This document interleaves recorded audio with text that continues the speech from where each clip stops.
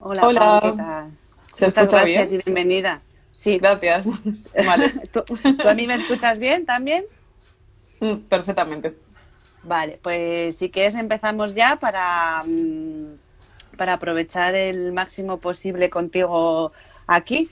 Lo primero, nada, muchísimas gracias por estar en esta sorpresita que habíamos preparado desde la escuela para el día de hoy, en el Día de la Visibilidad Lésbica.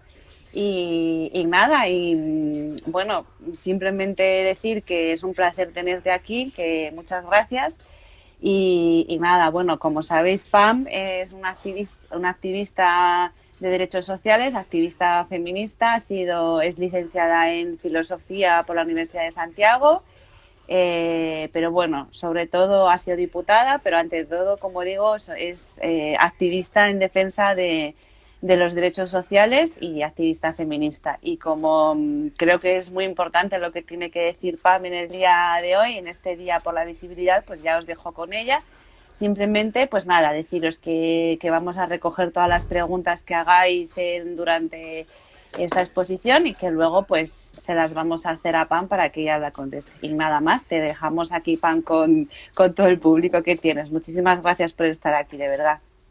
Vale, pues muchas gracias a vosotros y gracias también por la iniciativa que en general estáis teniendo, bueno, pues desde hace tiempo, pero también especialmente en esta cuarentena, que creo que habéis hecho actividades súper interesantes y a pesar de que estos son días pues muy difíciles en los que a no todo el mundo le apetecerá estar informado, hacer cosas, creo que habéis hecho un trabajo pues para mí muy valioso y desde luego que se agradece un montón. Así que gracias a vosotros por invitarme hoy a charlar un ratito.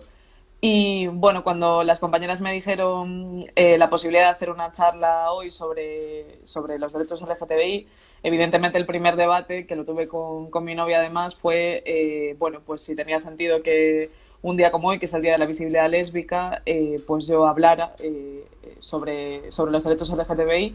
Creo que sí, creo que a pesar de que, bueno, yo soy bisexual, son entidades sexuales que están en constante construcción y deconstrucción y además me parece que es especialmente importante en este contexto de pandemia en el que algunas cuestiones, algunos debates se han puesto encima de la mesa, pues retomemos el debate sobre los derechos LGTBI en la posición en la que ahora mismo estamos para hacerlo, que además es muy positiva, creo, con el gobierno de Unidas Podemos y el Partido Socialista y especialmente con el Ministerio de Irene Montero a la cabeza.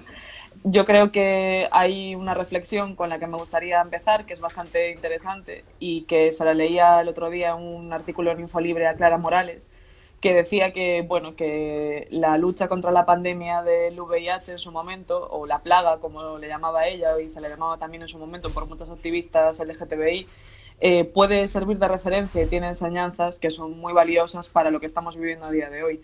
Por ejemplo, hablaba Clara entrevistando a, bueno, pues a compañeras a las que aprecio mucho, como fue Fabila, por ejemplo, que de aquel momento aprendimos que, o aprendieron más bien, que además creo que si comparamos las cifras es pues escalofriante pensar la cantidad de millones de personas que murieron en aquellos años y que nos puede servir para situarnos también un poco en lo que estamos viviendo ahora. Como muchas veces las personas que sufrían VIH, por los estigmas distintos que había y por el desconocimiento brutal que había por el tema, pues morían solas, no se podían tocar los cuerpos, muchas veces los entierros no existían, un poco parte de esa ausencia de ritos que estamos viviendo ahora también. Y algo también que me parece súper relevante, que creo que la comunidad LGTBI ha venido haciendo estos años, que tiene que ver con establecer redes de cuidados, redes alternativas de personas que van sosteniendo a estas otras personas que por los motivos que sea están enfermos o enfermas y cómo estas redes de cuidados perduran en el tiempo. Creo que esa enseñanza de las personas LGTB, sobre todo en los años 80, en los años 90, creo que es una lectura preciosa para hacer a día de hoy y también un poco para hacer un poco memoria histórica de ellos y ellas, ¿no? Y también una cosa que me gustó muchísimo de ese artículo y que la quería dejar hoy encima de la mesa es lo que tiene que ver con los estigmas, ¿no? Y cómo también esto durante todo este periodo de pandemia, de periodo del COVID, también está operando, y creo que es importantísimo aprender en este sentido de lo que en su momento aprendimos de lo que sucedía con el VIH. Creo que hay muchísimas personas a las que se las está señalando por haber sufrido esta enfermedad, como en su momento se señalaba a los homosexuales, y por ejemplo creo que la comunidad gitana, particularmente en nuestro país, ha sido señalada y también estigmatizada, y me parece que es especialmente importante aprender esta lección, ¿no? Y que ante una situación que es tan difícil de gestionar como una crisis sanitaria como esta, no repitamos aquellos estigmas o no creemos otros nuevos, sino que intentemos efectivamente establecer esas redes de cuidado. Y con esta reflexión quería contar como dos cosas más, e introducir dos debates más o dos cosas más, y creo que lo guay sería si pudierais hacer preguntas y animarnos un poco a debatir, que creo que los derechos LGTBI son un tema suficientemente amplio como para debatir de un montón de cuestiones, ¿no? Pero yo creo que hay dos cuestiones que me gustaría introducir en el debate. Por un lado, la primera de ellas es qué está pasando ahora mismo con el feminismo y los derechos LGTBI, de las personas LGTBI. Estamos ahora mismo, podemos hablar de que existe pues una especie de relación tranquila entre el movimiento feminista y el movimiento LGTBI. Desgraciadamente, creo que la respuesta es que no, aunque yo soy de la opinión que debería de ser al contrario, que son primas hermanas, bien avenidas, y que ese camino les viene bien hacerlo juntas. Creo que el debate que se ha abierto en los últimos tiempos, que tiene que ver sobre todo con el sujeto del feminismo y quiénes son aquellas personas que pueden reivindicar sus derechos desde el feminismo, ha abierto una brecha muy difícil de gestionar con las personas LGTBI. Y para mí, como mujer que formo parte de ambos colectivos, es una brecha, como para muchísimas otras compañeras, especialmente dolorosa, ¿no? Especialmente estoy pensando en aquellas compañeras trans que muchas veces han visto como algunos espacios feministas no eran para ellas, porque se las expulsaba constantemente.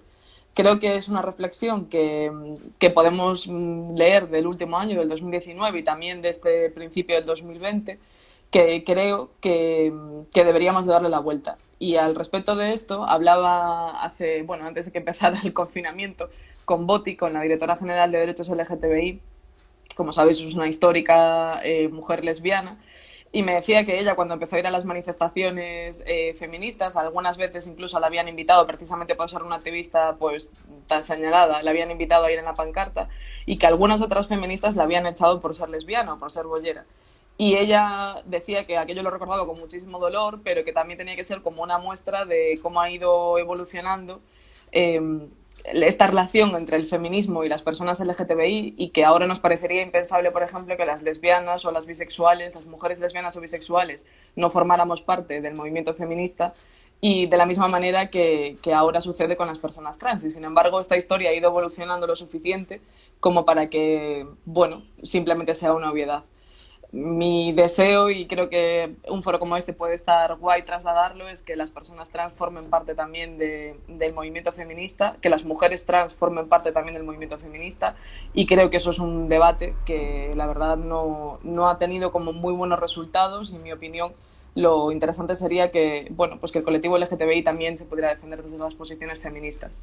Y sobre todo creo que esto es importante porque hay una serie de derechos que están aún por reivindicar, y que particularmente en España, y eso que a nivel internacional y a nivel regional pues tenemos desde luego muchas cuestiones que están desarrolladas legislativamente.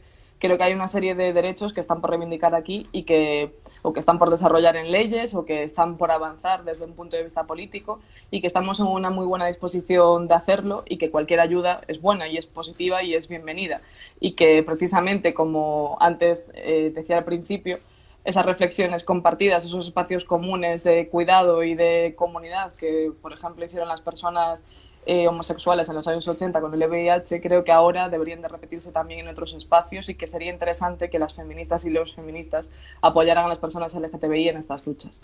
Y me gustaría hacer como un breve recorrido, antes de pasar a las preguntas, de las reivindicaciones que yo creo que ahora pueden ser más interesantes, como por cada una de las letras, ¿no? Y cosas que creo que ahora mismo están pendientes por hacer en España, tanto para lesbianas, gays, transexuales, bisexuales, incluso intersexuales también, que es una cuestión de la que poco se habla. Empezando por las lesbianas, ¿no? Y teniendo en cuenta el día que es hoy, y también intentando vincular algunas de estas reflexiones a lo que está pasando con el periodo de crisis sanitaria. hay muchísimas mujeres que habían empezado bueno, sus tratamientos de fertilidad y que están viendo ahora cómo estos tratamientos han sido interrumpidos, ¿no? Y además, cómo se ha puesto en cuestión por parte de la derecha o la ultraderecha que estos tratamientos tenían que darse en la sanidad pública. Creo que una de las cuestiones que deberíamos volver a blindar en una ley, como debería de ser la ley LGTBI, la ley de igualdad LGTBI, sería precisamente los tratamientos de fertilidad para mujeres solas o mujeres lesbianas, como se quiera redactar en una ley, eso es lo de menos. Y me parece que es una cuestión que se ha puesto de manifiesto esos días y que creo que puede resultar una oportunidad, curiosamente, esta crisis sanitaria, para volver a discutirla, ¿no? Algo que parecía que estaba un poco olvidado. En relación también a esto, creo que hay una serie de cuestiones que hemos visto estos días que se han complicado muchísimo para algunas personas del colectivo LGTBI, como por ejemplo aquello que tiene que ver con la violencia intragénero.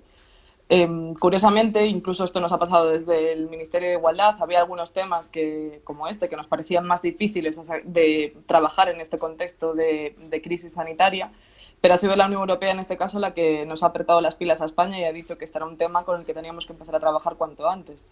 Numerosas son las historias que los colectivos LGTBI muchas veces cuentan de mujeres y hombres que en sus ámbitos emocionales y afectivos pues sufren las parejas del colectivo LGTBI, y creo que tenemos que empezar a trabajar con este tema con mucha más seriedad en España. Por ejemplo, si una mujer o un hombre dentro de una relación homosexual sufre violencia intragénero, a diferencia de lo que sucede con las mujeres en las relaciones heterosexuales con la violencia de género, hay muy pocos recursos a los que puedan recurrir. De hecho, estos recursos a los que pueden recurrir son siempre pisos de las entidades y asociaciones y ONGs que trabajan con personas LGTBI, pero que desde luego no son recursos públicos. Y creo que esta es otra cuestión que también deberíamos de desarrollar lo antes posible y que creo que debería de quedar blindada en la ley LGTBI, en la ley de igualdad LGTBI, que es una de las grandes olvidadas y, por desgracia, desde la última legislatura estaba muy cerquita de ser aprobada y que estaba ahí pendiente.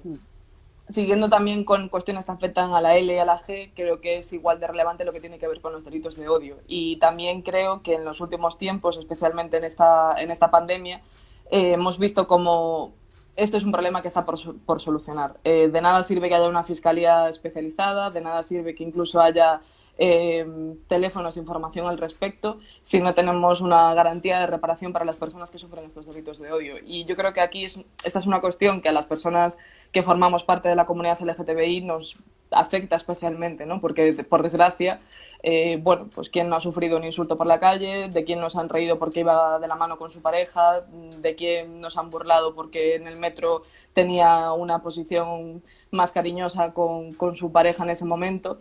Y creo que, desgraciadamente, no es suficiente con que haya una denuncia.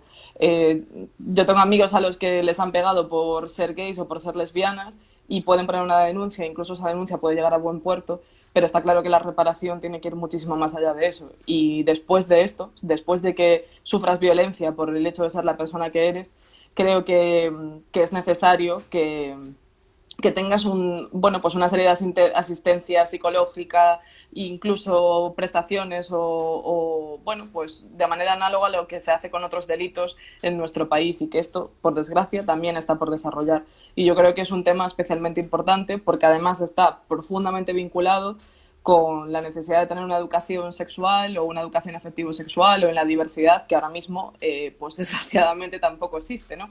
Y una cosa va profundamente ligada a la otra. Yo creo que esta es una de las asignaturas pendientes también que tenemos en España.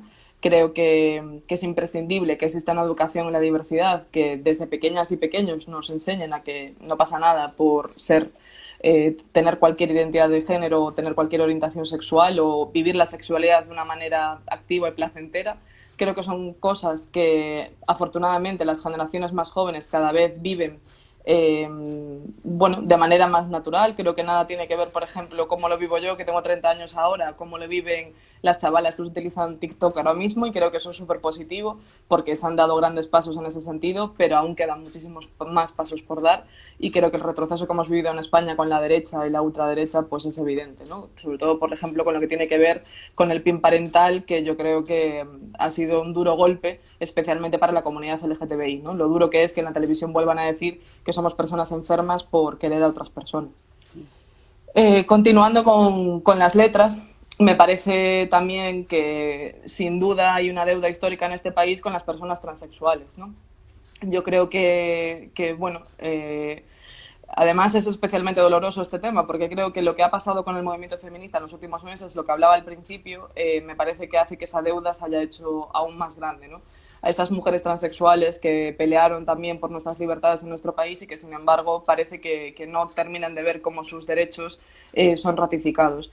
Yo creo que tenemos dos grandes deudas con ellas y ellos. La primera de ellas tiene que ver con la absoluta despatologización y con, por supuesto, la posibilidad del cambio en la mención registral de manera automática y sin que tenga que existir ningún tipo de informe psiquiátrico previo, ni hormonación, ni nada parecido. Creo que esto es una enormísima deuda que tiene que acometerse la modificación legislativa pertinente de manera inmediata. Yo creo que, además, y lo puedo decir desde el Ministerio de Igualdad, estamos en condiciones de hacerlo muy pronto y esto es una muy buena noticia porque hemos vuelto a saber de personas que, especialmente durante esta pandemia, que todas las personas que sufrían una situación ya de vulnerabilidad han visto cómo se ha agravado más aún esa situación de vulnerabilidad, y también sabemos de muchas personas trans, sobre todo aquellas que están en una situación administrativa irregular, que también han sufrido más esta pandemia, ¿no? Y yo creo que la otra probablemente deuda que tenemos con estas personas es lo que tiene que ver con la cuestión laboral. Y esto es un tema súper polémico, pero no puede ser que el 80% de las personas trans de este país estén en una situación de desempleo. No puede ser. Es absolutamente inaceptable. Y yo creo que tenemos que pensar cuáles son los mecanismos para revertir esta situación. Evidentemente la mención registral es uno, pero creo que tenemos que trabajar en políticas activas de empleo, y también esto viene a reforzar la idea de que pelear por los derechos LGTBI no es solamente pelear por cuestiones identitarias, sino que estamos hablando de cuestiones que tienen que ver con las cosas del comer y con las cosas que, bueno, pues que hacen que podamos tener unas vidas más dignas, ¿no? Y está claro que las personas trans no solamente se ven atravesadas por la discriminación por su identidad de género, sino que se ven atravesadas también por una cuestión profundamente de clase, y que, desgraciadamente, como veo que estáis diciendo ahora mismo en el chat, sabemos de un montón de personas trans que se ven abocadas a estar en contextos de prostitución, y que creo que efectivamente es una cuestión de derechos humanos que revirtamos esta situación. Y yo creo que un país como España no se lo puede permitir que continuemos en estas circunstancias. Creo que sobre la letra I se habla muy poco. De hecho, prácticamente no hay nada legislado en nuestro país sobre las personas intersexuales, y es un tema interesantísimo. Creo que muchas de ellas lo viven en silencio, y me parecería también muy importante empezar a hablar de ello y empezar a legislar sobre las necesidades, sobre todo relacionadas con el Sistema Nacional de Salud, que ellas y ellos puedan tener. Creo que esto está también muy relacionado con lo que en general el Sistema Nacional de Salud hace con, bueno, pues con nuestra identidad sexual, ¿no? Y que hay muchas cuestiones que no son específicamente digamos, el paquete de medidas LGTBI que están ahí, y que tienen que ver, por ejemplo, con la hormonación de las mujeres porque tienen cualquier tipo de problema con los ovarios poliquísticos y ni siquiera se sabe muy bien para qué te dan o te quitan testosterona o cosas de este estilo, ¿no? O sea, creo que el enfoque de género y el enfoque LGTB en el Sistema Nacional de Salud es absolutamente imprescindible, y deberíamos de profundizar en ello también en los próximos meses o en los próximos años. Y para terminar, yo creo que, bueno, que hay un debate más que está ahí, no solamente en torno a la ley LGTBI o en torno a la ley trans, que creo que debería de ser importante darlo en España, y que muy pocos países del mundo lo han dado, que es si efectivamente es suficiente con que exista los dos géneros, el género masculino y el género femenino, o tenemos que hablar de un tercer género. En la última legislatura, en la anterior legislatura, en la que hubo gobierno y se desarrollaron las leyes en las ponencias, como sabéis, la ley LGTBI estaba a punto de ser aprobada, le quedaba muy poquito, y en esa ley todos los partidos nos pusimos de acuerdo para que en España existiera un tercer género, un género que decidimos llamar en aquella ponencia un género no binario.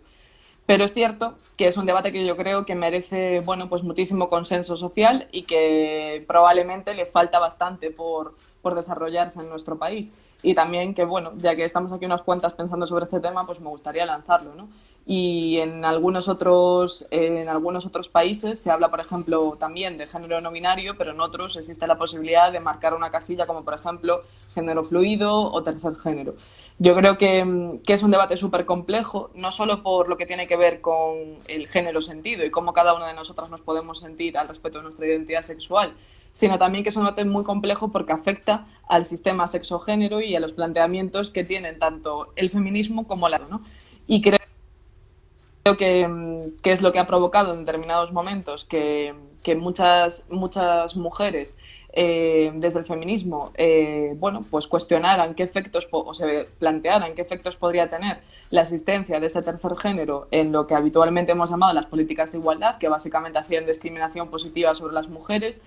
Y creo que es un debate que es súper interesante y que merece la pena discutirlo, porque es cierto que a día de hoy hay muchísimas mujeres y hombres que no se sienten ni mujeres ni hombres, y creo que tiene sentido que hablemos de ello con naturalidad, ¿no? Porque desde luego si algo podemos decir desde el feminismo es que, bueno, pues que el género es un concepto a reflexionar, ya lo era desde hace bastantes décadas, y creo que a día de hoy, en el año 2020, por supuesto, sigue teniendo vigencia esa reflexión.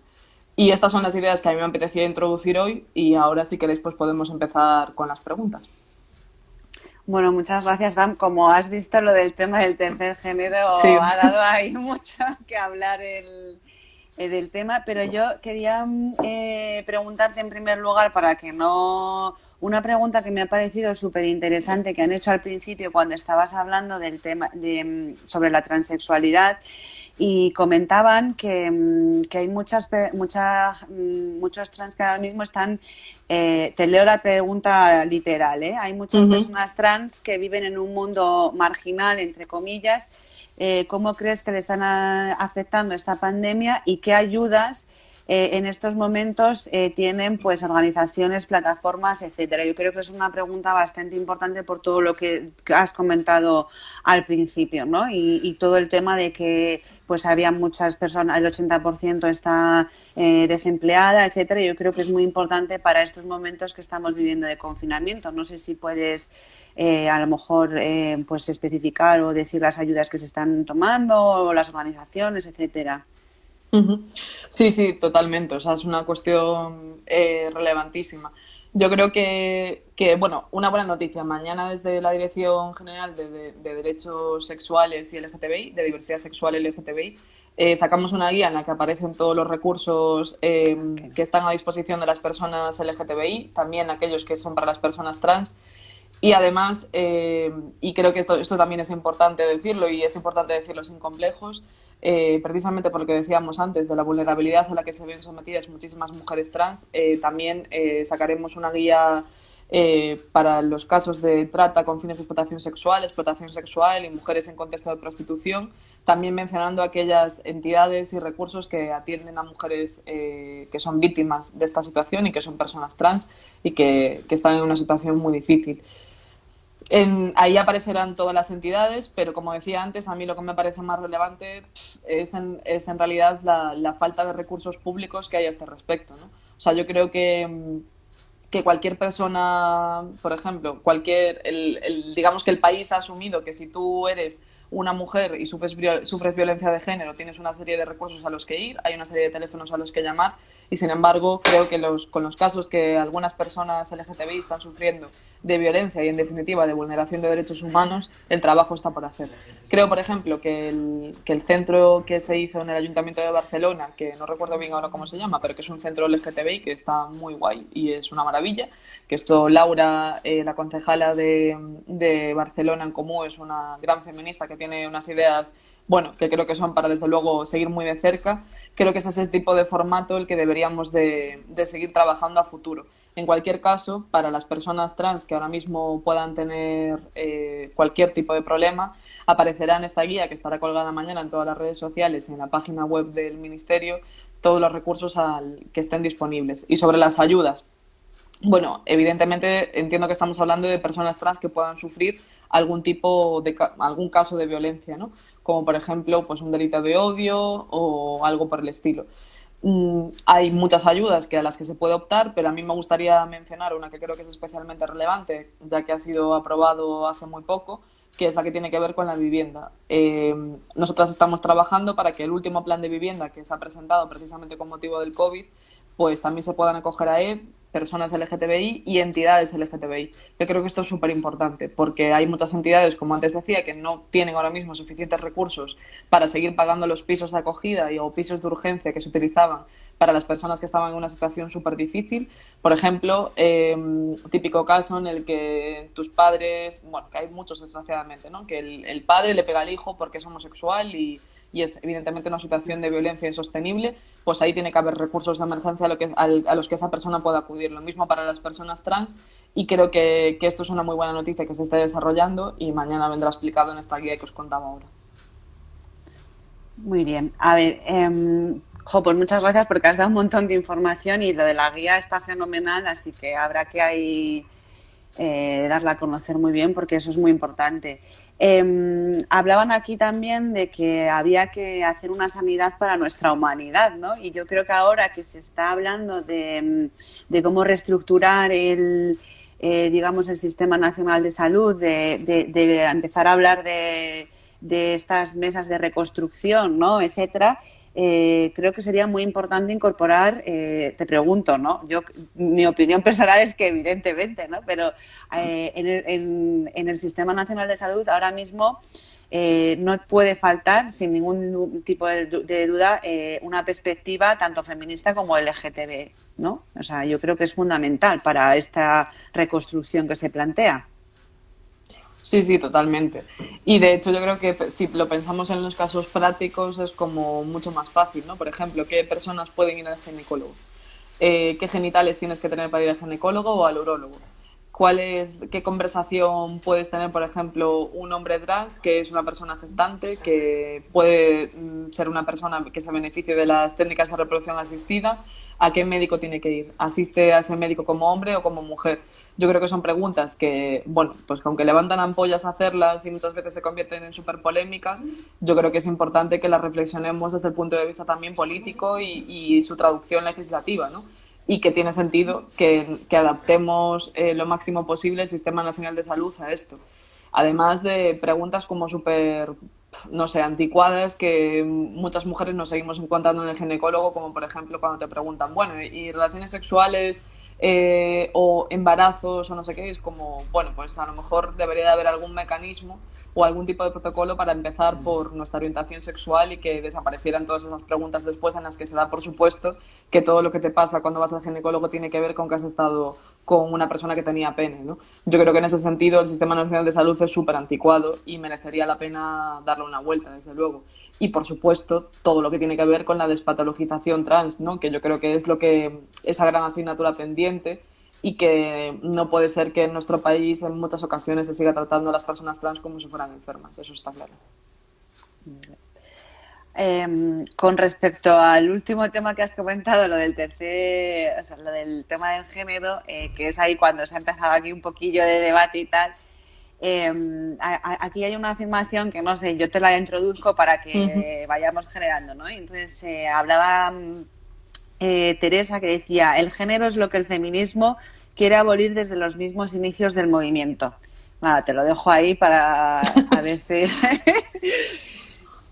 Porque yo creo que este es un punto de discusión. No, este, digamos, es como ha sido el punto, digamos, de fricción, ¿no? Que ha habido un poco en los últimos meses. No sé, a ver, yo creo que, o sea, que desde luego es un debate potentísimo y tiene sentido que siga existiendo porque, bueno, es un debate que efectivamente existe desde hace décadas y que no tendría sentido zanjarlo ahora con ninguna conversación, ¿no? En ese sentido yo creo que hay que ser respetuosos también con lo que la teoría feminista ha ido construyendo.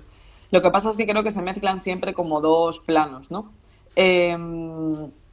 Dicen ahí, la OMS afirmó que el género es una construcción social, por supuesto. O sea, yo creo que ese es el punto de partida fundamental, ¿no? Efectivamente, que el género tiene que ver con los estereotipos y con la forma de relacionarnos socialmente que tenemos con esos estereotipos y que el de construir tanto esos estereotipos como esas formas de relacionarnos es lo que tiene que ver con, en parte, con hacer feminismo.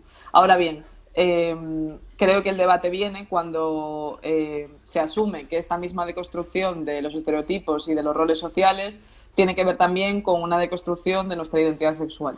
Y parece que esto nos ha llevado a que algunas feministas hagan, para mi gusto, asunciones tan ridículas como aquellas que ponen en cuestión esta idea de que, bueno, de que tú te puedas sentir pues un hombre, a pesar de que tu cuerpo no sea genitalmente el de un hombre.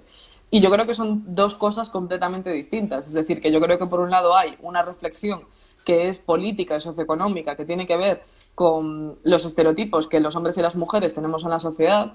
Y aquí creo que es muy interesante recuperar a Judith Butler, pero recuperarla bien.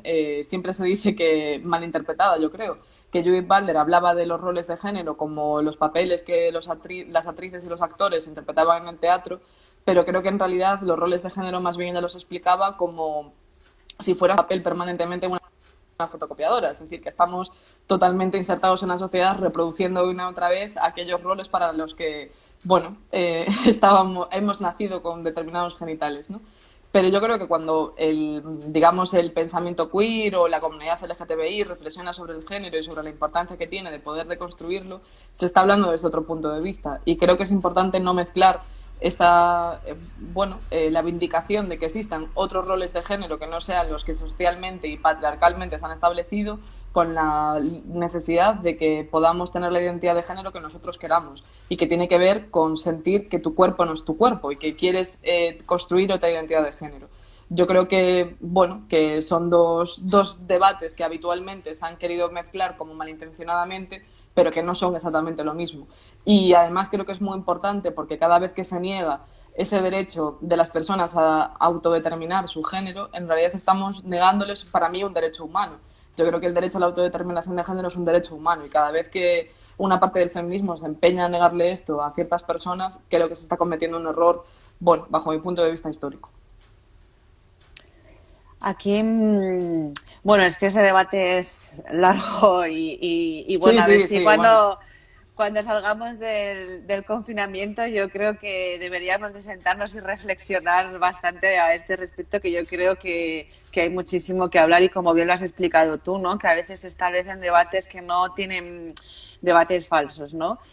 Aquí han preguntado explícitamente, Quique dice, me gustaría preguntar por las políticas de empleo. ¿Qué medidas se pueden implantar para proteger a los trabajadores LGTBI? Dice, me refiero a despido nulo por LGTBI-fobia, inclusión de la diversidad sexual en los planes de igualdad, medidas específicas para el colectivo trans. No sé, habla.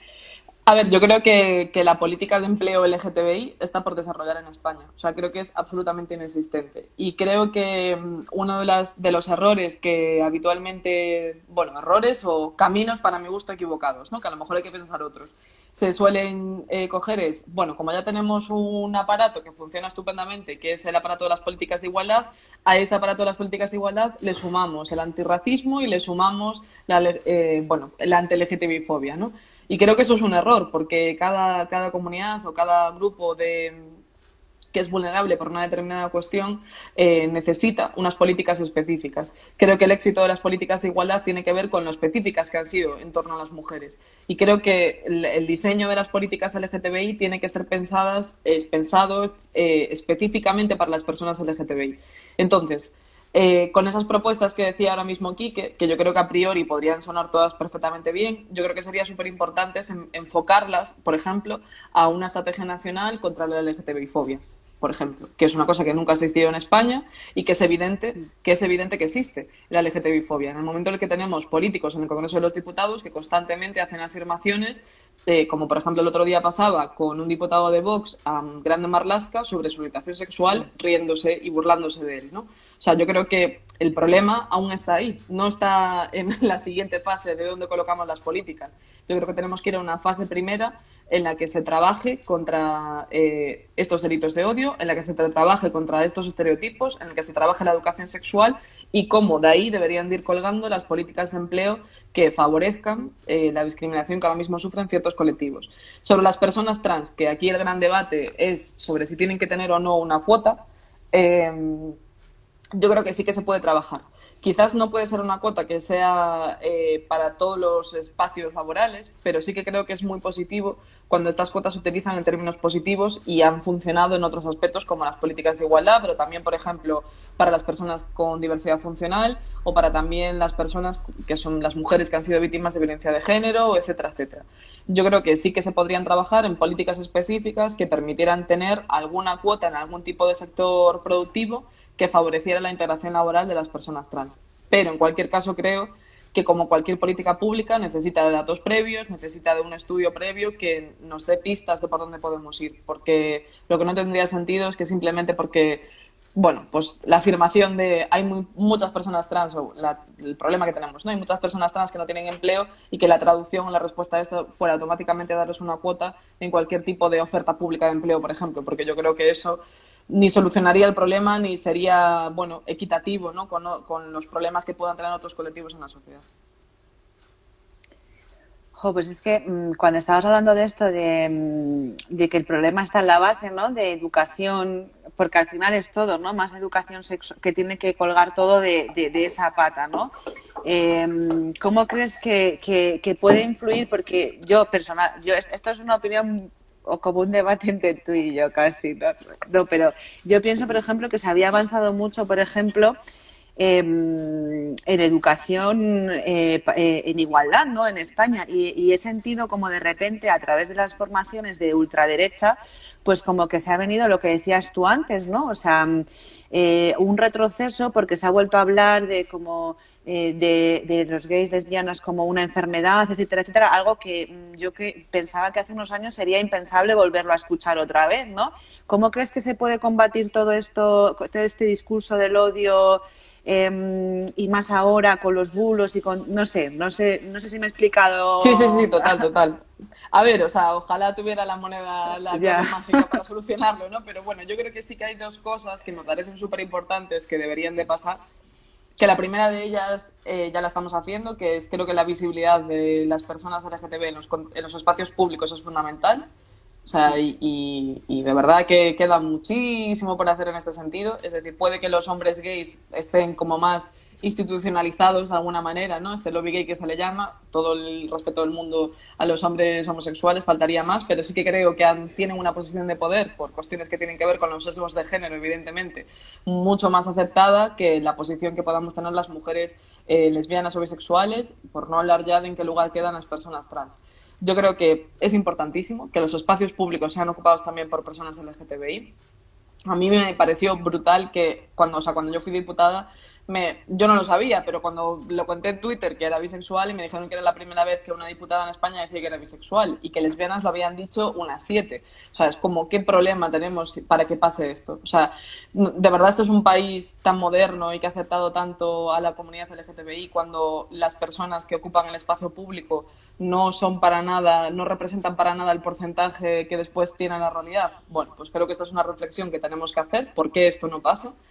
Y otra reflexión que creo que es súper importante es, de la misma manera que necesitamos que los hombres, por ejemplo, se hayan implicado en el feminismo, también necesitamos que las personas que no son LGTBI, cuando hay un delito de odio o hay un comentario que es homófobo o transfobo, lo señalen como tal. Y a mí esto es una cosa que se me cae el alma a los pies, porque aún no hemos dado el mismo paso que se da con el machismo.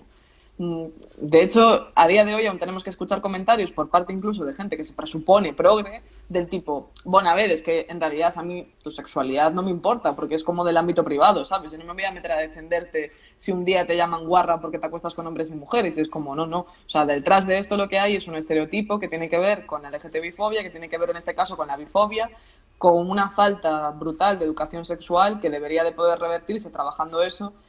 Y yo creo que, bueno, que es un trabajo pendiente, vamos, que es que educación sexual en este país no solamente necesitan los niños, los primeros igual que lo necesitan son los diputados del Congreso de los Diputados. A raíz de esto de la educación, te preguntan que si crees que será posible instaurar una asignatura que enseñe a los menores al menos lo más básico. Se refiere a que, por ejemplo, en los institutos apenas se enseña sobre sexualidad y normalmente y solamente es heteronormativa. Y te preguntan si crees que en algún momento crees que se podrá, aunque sea lo más básico. Y ya te lo hago aquí seguida, ¿para cuándo la ley transestatal? Aunque creo que lo has dicho antes al principio de la de la Sí, charla. bueno, al respecto de, lo contesto a la segunda primero, que es como muy rápida, al respecto de la ley transestatal, yo creo que cuanto antes. Es cierto que la crisis sanitaria ha interrumpido un poco los plazos que teníamos con todo y que probablemente algunas cosas vayan a tardar unos meses más de lo que teníamos previsto en el calendario legislativo, pero desde luego bueno, la ministra de Igualdad se comprometió a ello públicamente en la última comparecencia en el Congreso y yo creo que todo el mundo sabe que, bueno, pues que representamos a un partido que se ha comprometido públicamente con los derechos de las personas trans y que en ese sentido no hay además ningún tipo de duda porque forma parte del acuerdo de coalición entre Unidas Podemos y el Partido Socialista, así que yo creo que es una buena noticia en este sentido. Así que pronto, pero es cierto que los plazos con la pandemia se han visto tocados. Y en lo que tiene que ver con la educación sexual, que si algún día va a haber una educación sexual que sea no heteronormativa, bueno, yo es que lo primero que pienso es las personas que están ahora mismo dando clase han tenido formación al respecto de lo que es la heteronormatividad. Pues no lo sé, porque la verdad que lo dudo profundamente, porque es que si muchas veces la formación a los formadores es también la que fracasa estrepitosamente. Pero en cualquier caso, y justo como se formulaba, creo que sería muy interesante que se pudiera establecer los contenidos para una asignatura, respetando, por supuesto, las competencias autonómicas al respecto de la educación, ¿no? Pero yo sí que creo que habría que trabajar en unos contenidos básicos, mínimos, consensuados, que tuvieran que ver con los valores democráticos que España tiene, ¿no? Y que ahora mismo, desde luego, no se están respetando en lo que tiene que ver con las personas LGTBI. Y creo, además, que necesitamos como pensar esto colectivamente como país, porque es que falla. O sea, cuando, por ejemplo, hay personas de derechas que dicen educar en la diversidad se va a traducir en que mi hijo va a querer ser maricón. Pues no entiendo por qué. Es decir, una persona no quiere ser maricona o quiere ser, o sea, es que es casi absurdo pensar que funciona de esa manera. O sea, digamos que nuestra orientación sexual y nuestra identidad de género no solamente tiene que ver con la educación que nos dan, lo que tiene que ver con la educación es el respeto a las diferentes posiciones en diversidad sexual que cada uno pueda tener. Y yo creo que ese consenso que es tan básico, está tan roto, que el trabajo es muy, muy necesario. Pero yo sí que soy optimista, yo sí que creo que ahora mismo existe la posibilidad de que se trabaje en esto. Porque de la misma manera que hay quien defiende que, bueno, que Vox o la extrema derecha surge como reacción al feminismo, yo defiendo que va a haber una reacción muy positiva a lo que la extrema derecha ha estado haciendo en los últimos tiempos, ¿no? Y que habrá gente que cada vez tenga más ganas de trabajar porque en el colegio se enseñe a ser libre y a hacer que cada uno pueda ser quien quiera ser. Al principio de la charla te han hecho como una afirmación pregunta, ¿no? Que porque esta conversación, diálogo, se llamaba ¿Dónde están los derechos LGTB? Entonces, y lo hacían como con una interrogación, ¿no? En plan de cómo por ser LGTB no vas a tener los mismos derechos que pueda tener otra persona, ¿no? Y me ha surgido la reflexión porque esta mañana, mientras estaba leyendo sobre, bueno, pues diferentes cosas del Día de la Visibilidad Sexual, pues leía como que había personas que estaban viviendo este confinamiento con familias que no aceptaban su sexualidad o con familia o simplemente que no habían podido decir nada porque o sea que se estaban ya no solo digamos interiormente sino conviviendo físicamente con el secreto, ¿no? ¿Existe algún tipo de recurso para estas personas que están viviendo este confinamiento, que no tienen este derecho de poder vivir libremente su sexualidad y de alguna manera desahogarse no sé, porque me ha parecido realmente angustioso, ¿no? Ya de por sí para muchas personas es angustioso estar en casa y ya más si no puedes o no estás, digamos, a gusto y no puedes expresarte libremente, ¿no? Bueno, es que a mí me parece un drama, ¿no? Pero, o sea, creo que hay que ponerle nombre a eso que pasa y en realidad es una forma de violencia. O sea, yo creo que bueno, que, o sea, quien crea que las personas LGTBI ahora mismo tienen cubiertos todos sus derechos, pues que nos lo cuente, porque la verdad que no es la realidad que vivimos el resto de personas, ¿no? Pero yo sí creo que es importante empezar a decir que esta gente que, por ejemplo, que sabemos de varios casos que están sucediendo, un menor o un chico menor que vive con sus padres y el padre se ha enterado de que es homosexual porque se lo ha contado y pues se burla, le da palizas, le hace presión psicológica, le condiciona cada uno de sus comportamientos, etcétera, etcétera. Esto es una situación de violencia en la que, independientemente de que el motivo sea un delito de odio, porque tiene que ver con razones de odio por identidad de género o orientación sexual, sobre todo es violencia. Y yo creo que es muy importante que tengamos esto súper claro. O sea, que no es más legítimo que te peguen por una cosa que por otra. Si te pegan, te insultan, te controlan, te amenazan o se burlan de ti, eso es una forma de violencia. Y por tanto, los recursos que van a estar en marcha son los que el Estado habitualmente tiene para cualquier persona que sufra violencia. En cualquier caso, sí que me parece importante que si hay alguna persona que está sufriendo esto, primero, ante cualquier situación de emergencia en la que es insostenible vivir todo esto, yo creo que hay que llamar al 112. Creo que sería muy positivo también poder contar que va a estar en la guía esta que hablábamos mañana, que la policía tiene una aplicación que se llama Alert Cops, en la cual existe no solamente la posibilidad de avisar con una geolocalización de que estás en un sitio y como que te está pasando algo, entonces simplemente con un clic te va a buscar la policía, pero además de esto también existen chats en los que se puede conversar con un agente sobre el delito que puedas estar sufriendo, que creo que esto también puede ayudar a algunas personas para, bueno, pensar si tienen que poner una denuncia. Pero además hay un montón de entidades en España que trabajan específicamente en este tipo de delitos y mañana en la guía estarán los teléfonos de a dónde se puede recurrir, porque yo creo que, bueno, me daría muchísima, se me parte el corazón pensarlo, ¿no? Que pueda haber gente que esté en una situación como esta y que piense que no tiene a dónde recurrir. Hay pisos donde se acogen a personas que sufren delitos de odio por razones LGTB y creo que, bueno, que es una labor muy importante de difusión de esta información porque efectivamente parece que no hay recursos y en realidad sí que los hay. Así que mañana os pasaré la guía a la Escuela Popular para que la compartáis por donde podáis y por supuesto yo la colgaré en mi perfil también. Oh, pues muchas gracias porque me parece súper importante. Te decías, a mí es que yo cuando lo leía esta mañana también bueno, entre unas cosas y otras al final se me saltaban las lágrimas porque yo decía, digo, ojo, es que qué duro, ¿no? Pero bueno, sí, muchas gracias por la guía, la compartiremos y nada, quedan 10 minutos. Yo no sé si quieres compartir algo más o en estos últimos 5 minutos para que luego nos dé tiempo a ir a aplaudir a esta gente que está al pie del cañón y no sé, alguna cosa más. Bueno, nada, simplemente decir? Que sí, que me lo preguntaron en algunas preguntas estas de Instagram de los stories que preguntaban qué iba a pasar con el orgullo este año y bueno, había como bastante debate al respecto y sí que me parecería importante trasladarlo pues para quien lo pueda estar escuchando que el orgullo de momento está aplazado, vaya, que evidentemente como no podría ser de otro modo, siguiendo pues todas las indicaciones de las autoridades sanitarias, pues está aplazado y hasta que sepamos cómo va a ser el verano, pues no sabremos cuándo se celebrará, pero que ojalá se celebre, que evidentemente es un día fundamental en las reivindicaciones de las personas LGTBI que a mí me gustaría que se pudiera celebrar, desde luego. Y nada, que muchas gracias por todo. No sé si hay alguna pregunta más, pero vamos, que muchas gracias por todo.